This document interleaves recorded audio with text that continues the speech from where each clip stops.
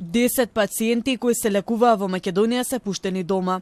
Во моментов најголем број од хоспитализираните се наоѓаат во клиничкиот центар, Градска општа болница 8 септември, Стара градска болница Свети Наум Охридски, како и еден пациент во Штип. Вкупно 162 пациенти се уште на лекување, од кои 115 се надвор од државата. Министерот за здравство Арбен Таравари изјави дека повеќето пациенти кои се лекуваат во странство почнале самостојно да дишат, но некои се уште се во критична состојба. Во Србија, кажав, и знаете 30 се, тоа веќе е објавено во веб страната на Министерството, од кои што 20 веќе се екстубирани. Во Булгарија 15 пациенти, од кои што тројца веќе се екстубирани, значи се во стабилна, сите се во стабилна состојба, некои се покритични. Грција 12, од кои што 20 се критични. Во Истанбул веќе 6 пациенти се екстубирани што се лекуваат во Анкара, во Турција. Во Истанбул се 6 пациенти, а во Анкара 6 се екстубирани. Сите пациенти од Анкара. Во Шпанија се 7 пациенти, во Австрија 5, од префрлени, двајца од тие пациенти префрлени во обичен одел.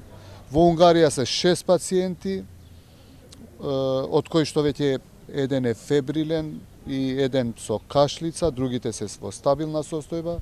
Хрватска се 5 пациенти, еден е интубиран, стабилен и 4 други се по сосема стабилна состојба. На клиниката за токсикологија се лекуваат 7 пациенти кои вдишале голема количина чад за време на пожарот во дискотеката.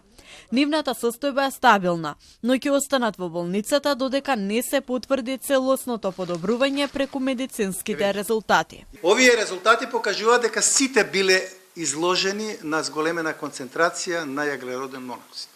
Кај сите имаме детектирана покачена концентрација и детектирано на покачена концентрација на карбоксихемоглобин.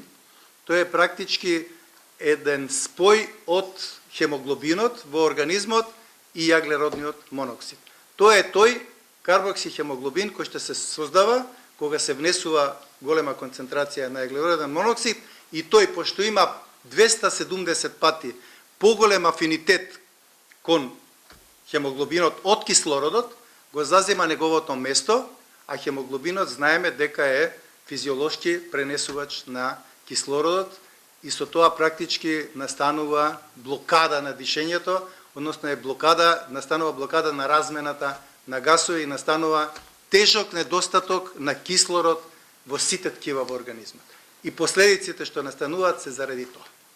Министерот Таравари нагласи дека лекувањето е целосно бесплатно и нема потреба од собирање финансиски средства. Владата обезбеди средства за превоз и сместување на 20 членови од семејствата на секој еден од хоспитализираните. Тој истакна дека се очекува од следната недела некои од пациентите што се лекуваат во странство да бидат пуштени на домашно лекување.